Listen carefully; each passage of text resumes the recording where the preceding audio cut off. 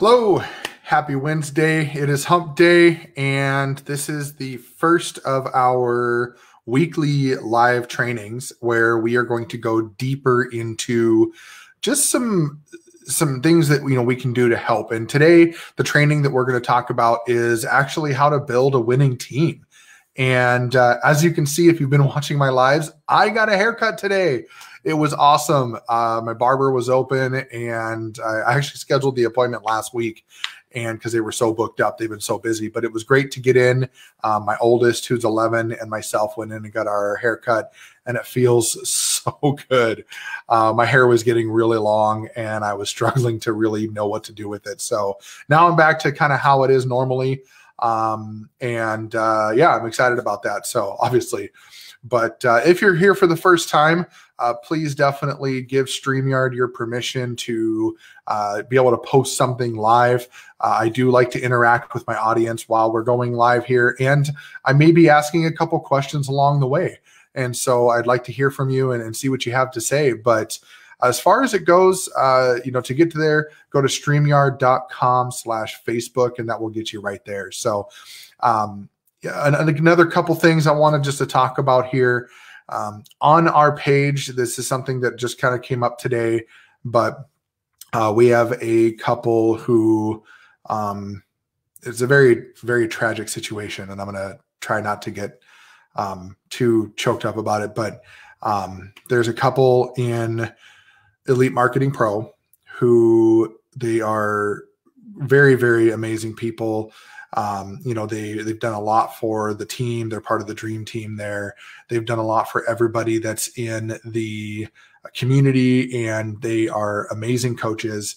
And I've definitely, I've heard a lot about them. I don't know them personally, but I do know how much they do for the team. And unfortunately, there was a tragic accident this last weekend. And you can learn more about it on our page. There is a link there. I think I'm actually going to go pin it for a little bit just so it's at the top of the page, and just to, hopefully have people be able to, help out. But it is also on my personal profile, for Josh Schoenert. And so just wanted to get the message out there that any little bit of help, whether you share it, we're not asking for you to go in and make a monetary donation. If you feel compelled to do so, please do so. But aside from that, really all we ask is just to share it around if you can, give them a little bit of love and give them some help. But just wanted to get that out of the way right away. And otherwise, there is something cool that we're going to do here. I do want to have a name for our weekly trainings. I want something that's catchy. And we thought it'd be fun just to kind of let you give us the ideas, let you come up with what might be the best name for our Wednesday trainings. We've had some ideas ourselves, but we don't want to put them out there. We want to see what you have to say. So I'm going to be posting this here a couple times, just asking that question, and hopefully we can get some ideas from you. So again, if you're coming in live, feel free to let me know where you're coming in from. I'd love to be able to talk to you, give you a shout out here on the live as well, and maybe show you up on the screen and show your comment. But let's get right into it. Let's talk about the, what we're going to do is it's kind of going to be two-part. And so bear with me. This is my first deep live training like this. And so, but what I'm going to do is we're going to talk about what are the attributes of a winning team? And then we're going to go into 3 tips on how you can build a winning team. So that way, your team is more effective, and there's, a lot more going on there. So first thing that we're going to do is we're going to talk about the attributes of a winning team. And one of the things that I hear a lot is people will say, like, oh, hey, how do I create people who are active? How do I create people who think like winners? And I'll just be honest, you don't have the ability to create winners. Either they are or they aren't. Either they choose to win or they choose to quit. That's kind of really what it is. We don't want to call them losers, because even though a lot of times people will say, it's a matter of winners and losers, but I don't want to go that route. I want to say that, they're either winners or they're quitters. And the reason for that is because people who decide to win are going to win, and people who decide to quit are going to quit. There's no middle ground. There's no him and hers, whatever. You're either in it or you're not. And so I just wanted to make sure that, that was put out there, is that, when we're talking about building a winning team, we're talking about people who are going to be building a business with you. And this isn't just specifically to network marketing. I know that's what Katie and I do as our business, but that's not just what we're going to talk about. This is really with anybody. And so the big thing is I wanted to kind of get right into this, is when we look at the attributes of a winning team, what are some of the things that that come to mind for you? So feel free to drop in the comments. Let me know. Even if you're on the replay, I'd love to hear what you have to say. Maybe throw in a hashtag replay and then give me your comment and let me know what you think. But feel free to drop in the comments of what you think are some of the attributes of a winning team. And while I wait for a little bit for people to drop in, I'm going to go ahead and just finish something up here that I didn't get in time.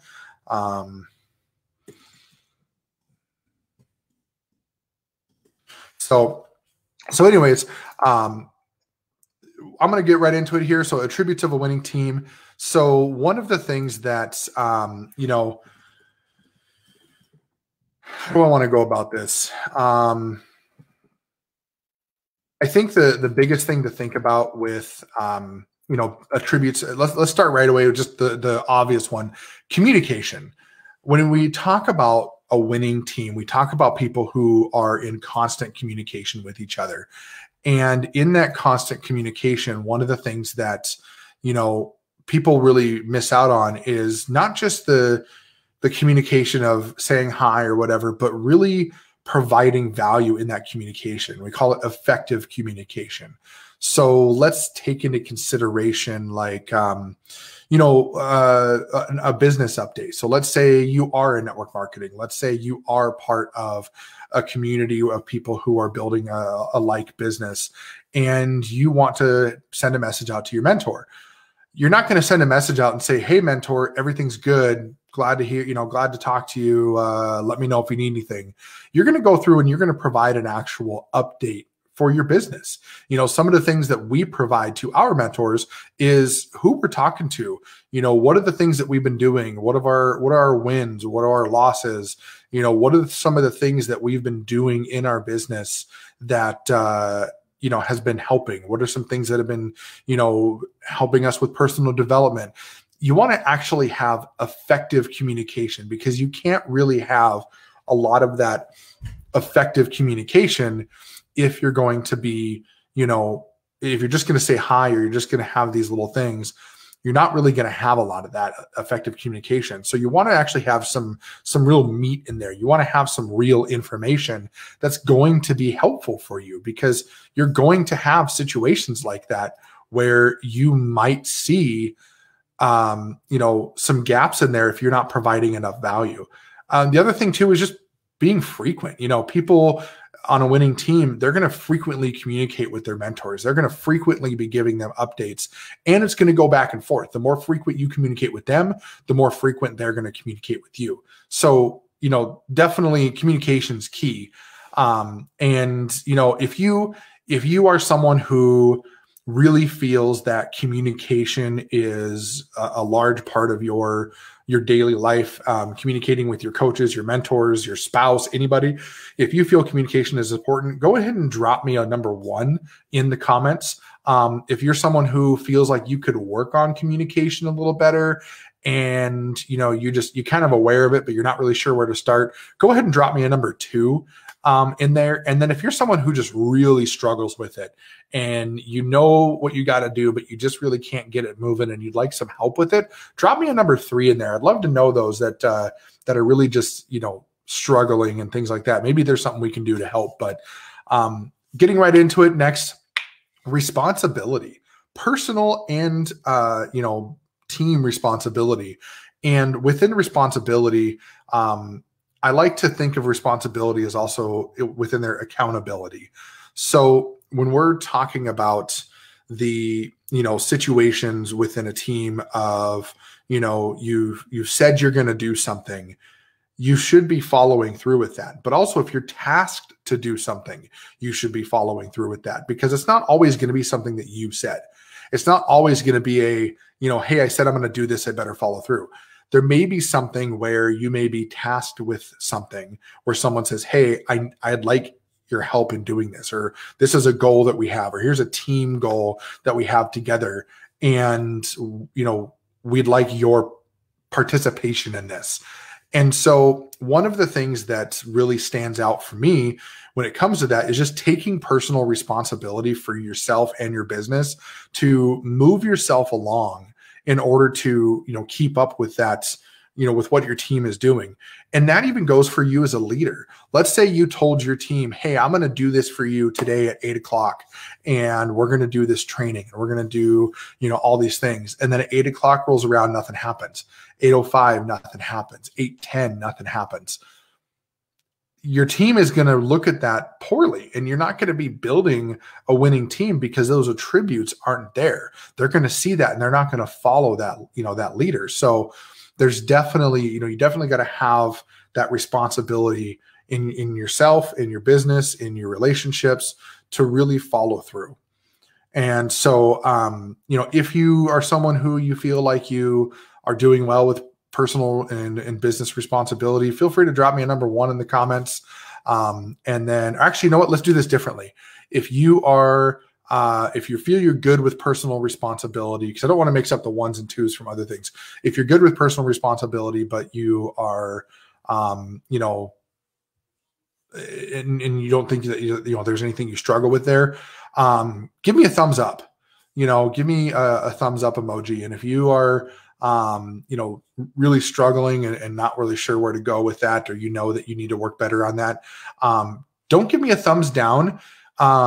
Give me like a, whatever, like I don't know, kind of thing, a shrug, give me something like that. But yeah, other things, those were really a couple important points. Another one is thinking like winners. Another attribute of a winning team is thinking like a winner. And our mind is a powerful tool. It really is. And our thoughts are really powerful. And the things that we may think about on a day-to-day basis, those may be things that can be good for us, or they can be bad for us.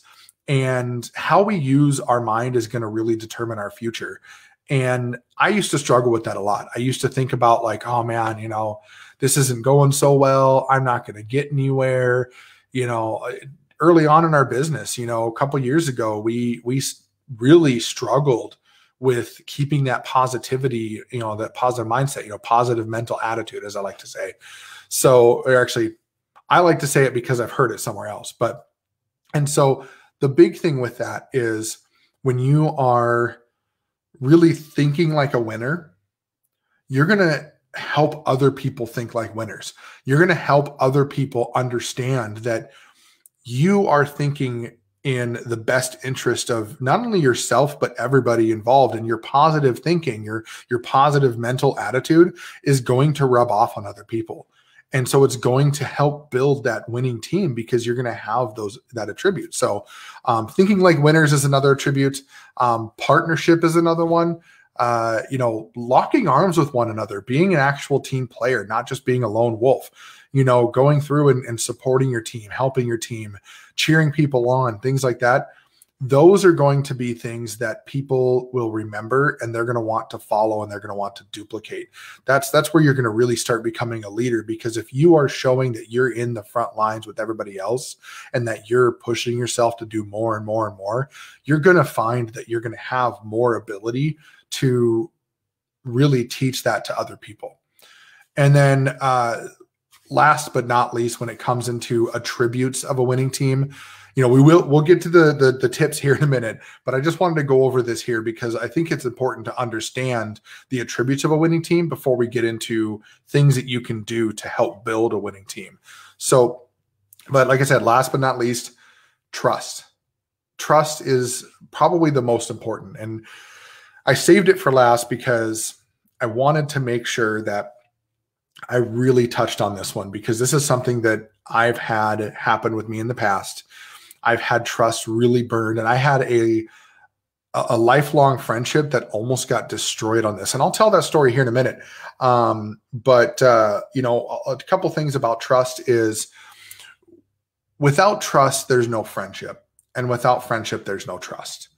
And that's something that I've learned from my mentor. And, one of the things that we talk about a lot with this is when we are looking at building trust within our team, when you're initially building a team, whether you're building a network marketing business, you're building an affiliate marketing business, you're building a brick and mortar, small business, big business, whatever it is you're doing, when you're building a team, the number one thing that you really strive to do right away, and everybody usually does pretty well at this, is building trust. And when you build trust, one of the things that you're going to run into is you're going to run into these brick walls. But what most people don't realize is that these brick walls are really just paper painted like bricks. But they're there, and it's a challenge. It's a think of it like I'm a gamer. I do play video games from time to time, and I always think of these like boss fights. For any of you that can relate with this, you think of these brick walls, these paper brick walls, as like boss fights, where you look at this and they're like, oh man, this is daunting. This is this huge big boss is coming at me. How am I going to get past this? And the big thing that you run into is you're going to find that it's really easy to get past this, especially given the fact that most of the time there's a trick to winning these boss fights.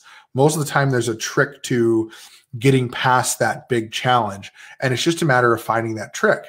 And so when you have trust in those that are leading you along this way, you're going to find it easier to find those little tips and tricks. And you're going to find it easier to find those things that are really impactful for your team. And you may be someone that's, lower on your team. Maybe you just started and all your team is more veterans and you're really struggling to find your way in that. Or maybe you are the veteran. Maybe you're the leader. Maybe you're one of the leaders. I mean, whatever it is, you're still going to need to have that trust. And so if you trust someone, you're more likely to follow them, and they're more, those people are more likely to follow you as well. And the big thing about trust is trust actually takes a lot of time to build. And most people, I know for me, I like the benefit of the doubt. I like to give people that benefit of the doubt, let them know that, I'm not looking bad on them. I'm not looking for the negative. I'm just going to say, you know what? I think that you're going to be a positive person. Let me just ride this out and see what happens. And it's even with that, it still takes a while to build that friendship and trust to be able to start putting together that winning team.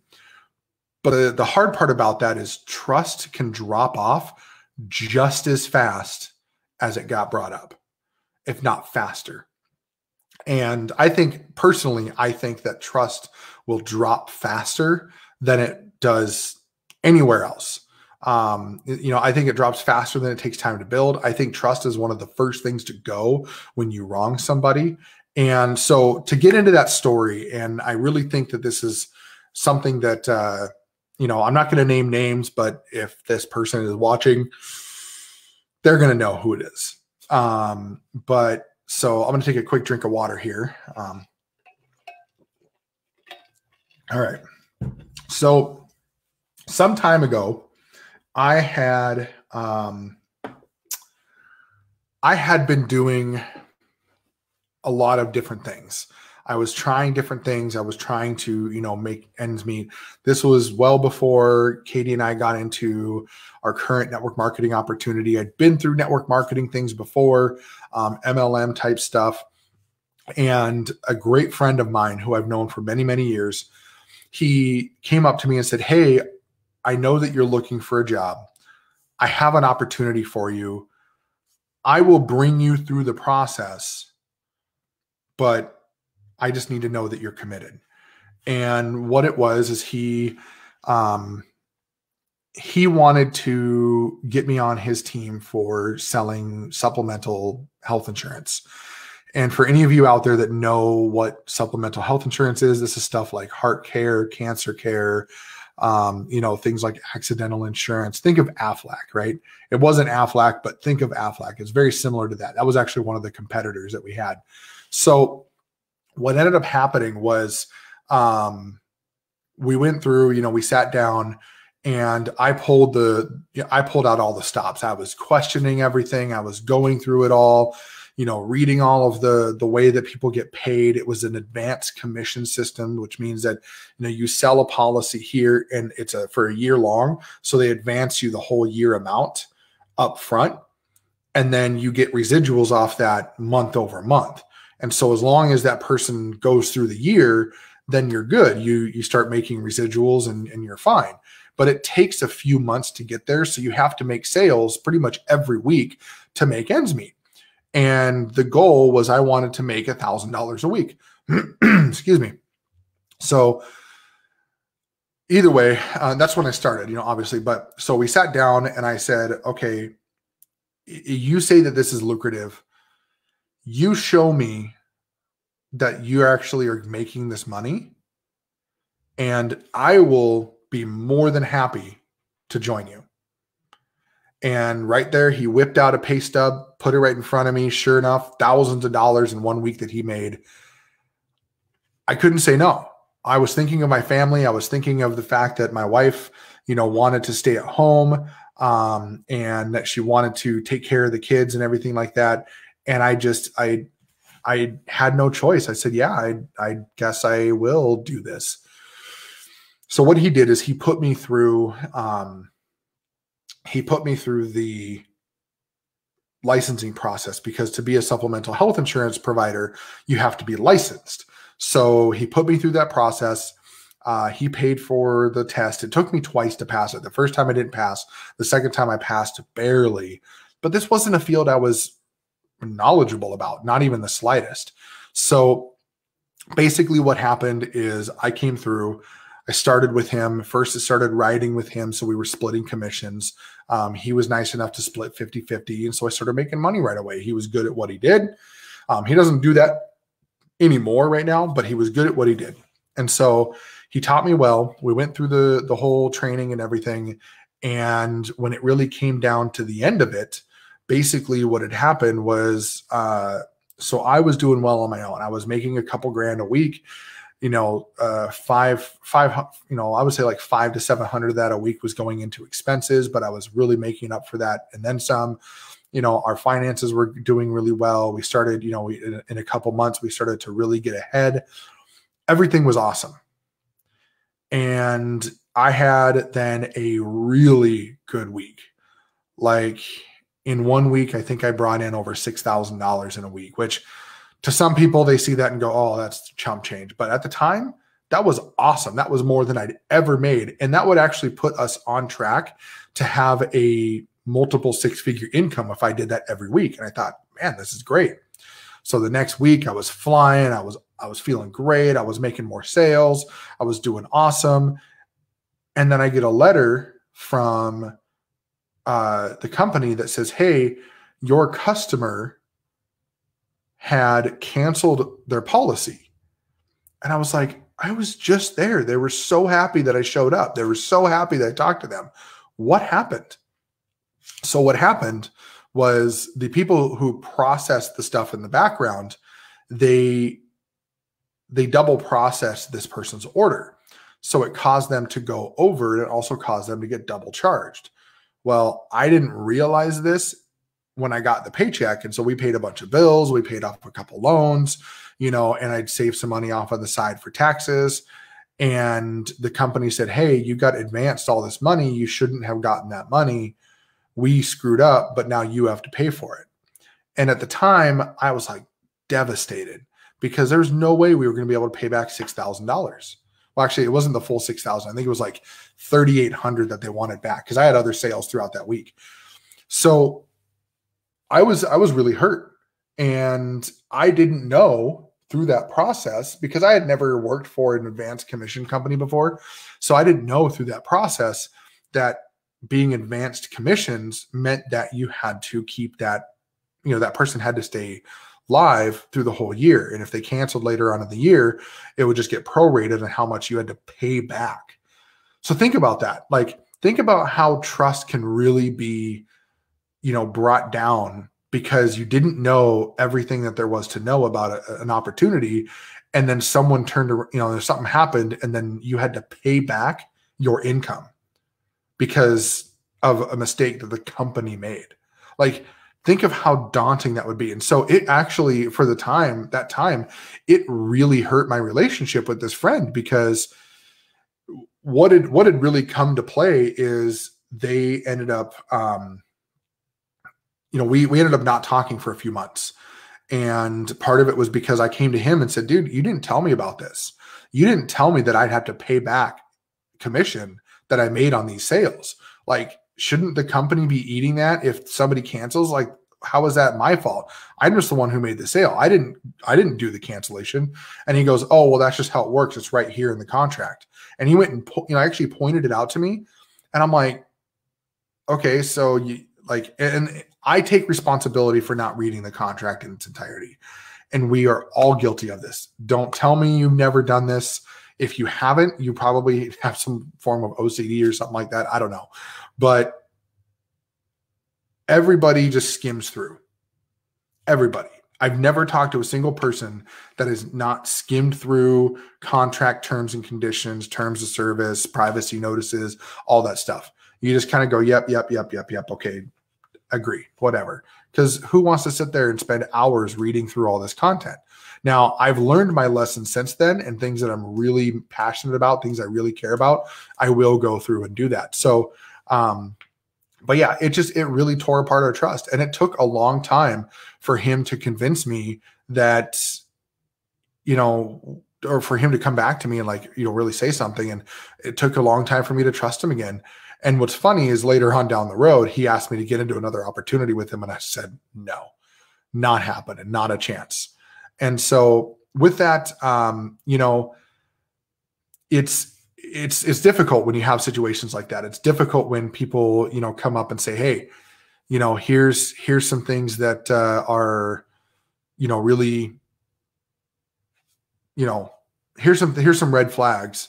And instantly you want to go in the negative, and it's hard to stay positive through that. It's hard to think like a winner through that stuff. But, over time, I've learned that not all those situations were anybody's fault. They were my fault for not knowing. Even if someone didn't tell me, I should have asked, so, but we'll get into the tips here. And like I said, I wanted to go through the attributes first, because I think that that's very important. And I think that is something that, is really useful for people to understand what to look for in people, and what to really kind of keep in mind, those, stepping stones of what a winning team looks like. And so right now we're going to go 3 tips to build a winning team. So tip number 1, and, to keep in mind too, these are, our personal experience, our personal opinion. These aren't like part of any sort of official documentation or anything like that. This is just stuff that, we've put together because these are things that we've been taught, and these are things that we've experienced as well. So, number 1, ask yourself how you're going to create winners. Put together a plan for yourself of how you're going to, let's say create, but how you're going to attract winners, on your team. And so what would you do? So for example, ask yourself a few questions like, what are you doing right now that would promote winning on your team? What would you do right now that are attracting winners? Maybe you have certain things in place, like automation in place. I know that there's some people who build their business online that they have automation that they share with their team. Well, that's a way to attract winners, and that's a way to build a team of winners, because you give them the tools that they need to be successful. So, there's that. There's something where you have like a handbook that gives people a bunch of tips and tricks and some verbiage and things like that on how to talk to people about their opportunity or their products or things like that. Maybe there is a training that you do. Maybe there's a weekly training or a weekly business plan or something like that to help teach people how to effectively communicate with their audience and with their prospects. all of that stuff is really possible. And that could be things that you're doing to promote winners on your team. Sorry. Just had an itch on my nose. Anyways, think about what habits, when you're talking about, asking yourself how you're going to attract winners, what habits do you have in place that you can duplicate? Maybe that's reading, maybe that's listening to audios, podcasts, things like that. Maybe that is listening to trainings. Maybe there's a specific trainer that you like listening to. What habits do you have in place that you can duplicate with your team to help build a team of winners? And then lastly, on the asking yourself how you're going to attract winners for tip number 1 here, what habits do you need to implement that you want duplicated on your team? Maybe there's something that you've been working on that you want to duplicate on your team and you just really don't know how to get there. Maybe those are things that you can work on to put a plan in place to implement those new good habits. And, I'm a firm believer, and Darren Hardy says this in his book, The Compound Effect, which if you haven't read that book, I highly suggest it. But what he says in there is that in order to get rid of a bad habit, you have to replace it with a good habit. So maybe there's a bad habit that you need to replace. So what habit do you need to implement to replace that bad habit? That's something to think about. So tip number 1, ask yourself how you're going to attract winners. Those aren't the only questions, but those are just some examples. Tip number 2 is lead with your heart, not your head. I will say that again, lead with your heart, not your head. Reason for that is if you are leading with your heart, you're going to have a better outcome because you're going to care more about what's going on. You're going to care more about the situation. You're going to care more about the people. So you're going to be more apt to lead with value and less likely to lead with money or products or opportunities, whatever. And so within that, learn to have a thick skin and a soft heart. Learn to care for people and not be offendable. Learn to not, really worry too much about what people think about you, because that's really going to lead you down that path of negativity. The other thing too, be empathetic more and less sympathetic more.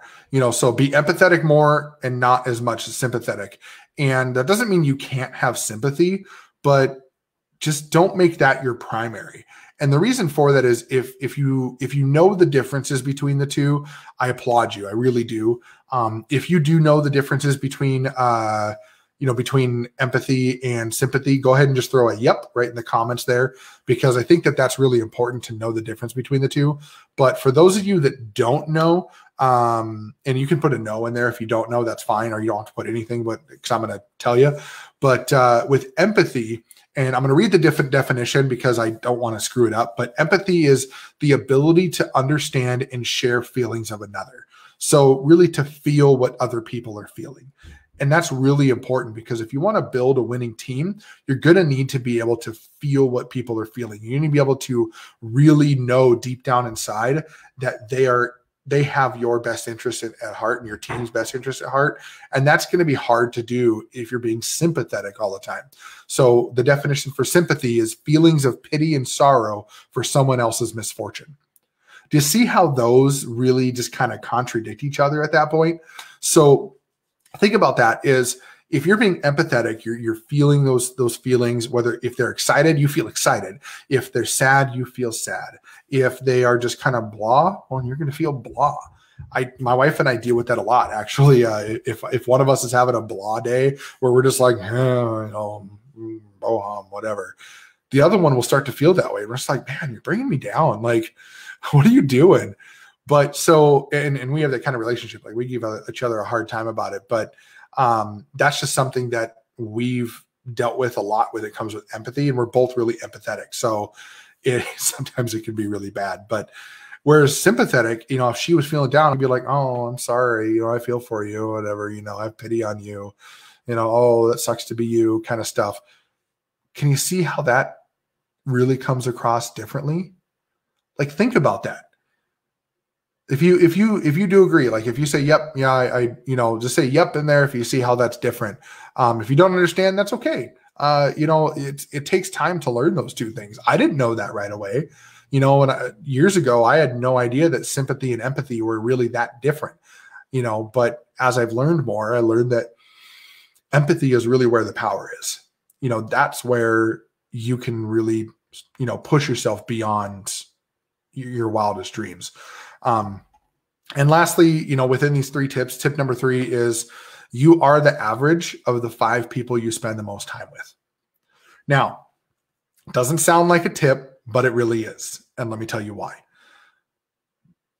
When you spend more time with people who are negative, who are Debbie Downers, negative Nancy's, couch potatoes, things like that, people who don't have that drive and determination that you have, you are going to see a decline in the winning attitude of your business, because people are going to feel that. Those empathetic people on your team are going to be, man, Josh and Katie just don't seem themselves. They seem really down and negative. Like, what's going on? And they're not going to be willing to step up when they need to step up, when you want them to step up. So that's definitely something that you want to be mindful of there.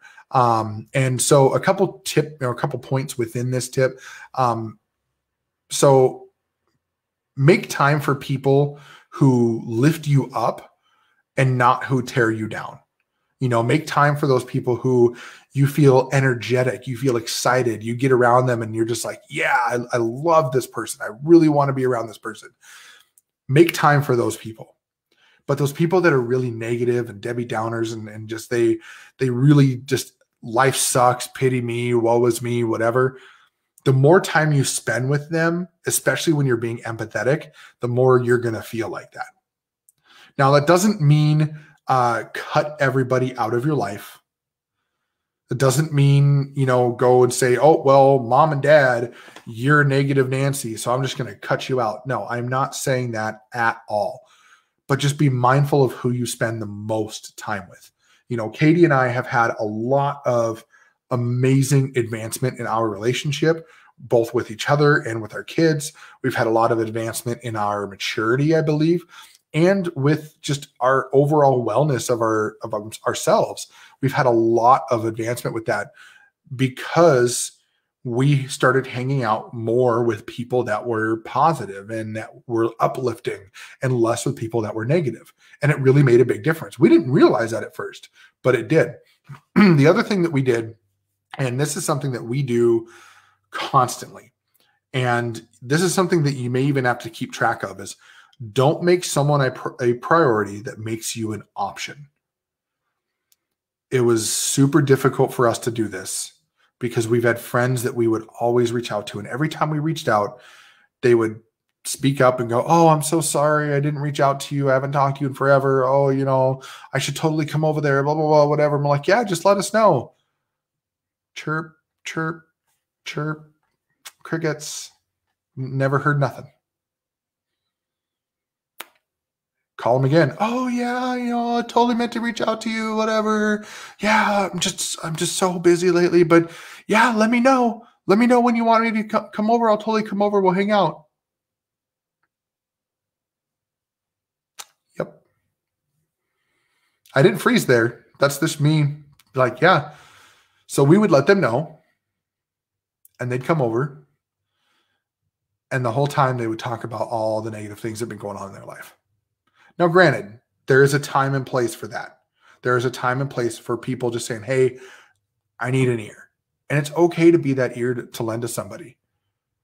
But they did that every time.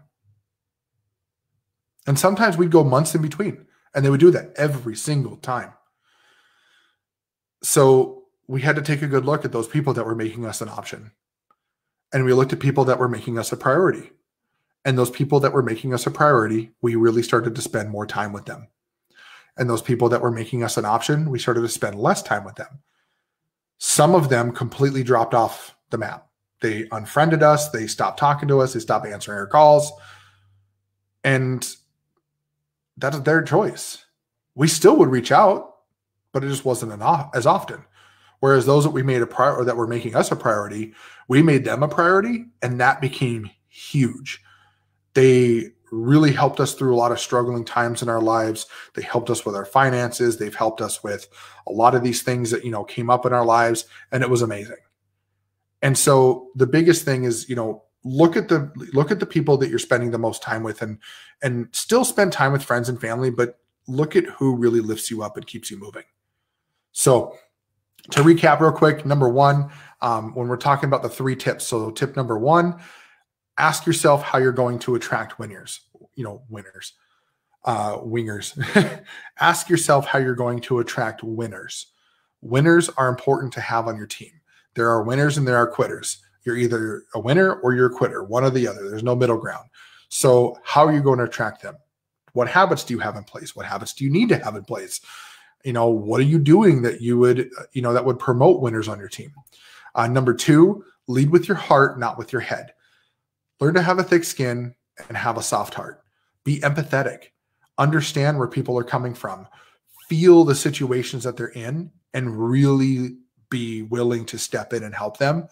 Being sympathetic has its moments. Recently, like I talked about in the beginning of this video, there was a loss among the team with Elite Marketing Pro. And, I'm very sympathetic for that. But I was empathetic at the same time because I could feel the sorrow that was going through everybody. And so it was real. But either way, there's still a time and place for sympathy, but don't make that your primary. And tip number 3, you're the average of the 5 people that you spend the most time with. Don't make people a priority that make you an option, and have a real good look at those you're spending time with and what are they doing to lift you up. Are they lifting you up? Are they, promoting you? Are they supporting you in business, or are they tearing you down? So I've done a lot of talking here. This is actually right on time. I wanted to keep this under an hour, which did good. Actually, I kind of feel like I was a little more wordy than normal, but I really hope you got value out of this. I hope that you really had a great time learning from us. And this is going to be something we're going to be doing weekly. So every Wednesday at 8 p.m. Central, we are going to go live. And when we go live, what we're going to do is we're going to come up with a topic, and we are really welcoming to people bringing topics to us. Maybe there's something you're struggling with and you really want us to do a training on that. I'd be more than happy to do that. These trainings are free. They're going to be live on our page every week. We are going to just do it whether anybody shows up or not. So we're not banking on people being here as of right now. There's no viewers going on right now, and that's fine. We're doing this for you, and they're going to be here for you to come back and watch later. So if you got value from this, go ahead and throw in a hashtag value, drop that in the comments. If you, feel that there's somebody out there who really needs to hear this, or maybe you just think that, your audience would love this information, feel free to share this out. All this information is public. It's free. We're not charging for any of it. We're not, promoting anything in these trainings. All we're doing is just asking for you to share the love, share the information out and just help people. That's all we're trying to do, is be helpful. So that's all I've got for you today. I will see you next week on our next training. And remember, we want to hear your ideas for what our training is going to be called. And we will take those into serious consideration. I'd like to pick one of your ideas as our name, and then we can give you a shout out and say, hey, so-and-so, we picked this name because we thought it resonated with us the most. And yeah, it, show us what you got. So my name's Josh, coming to you from North Dakota. And I appreciate you spending time with me today, and we'll talk to you next time. Bye now.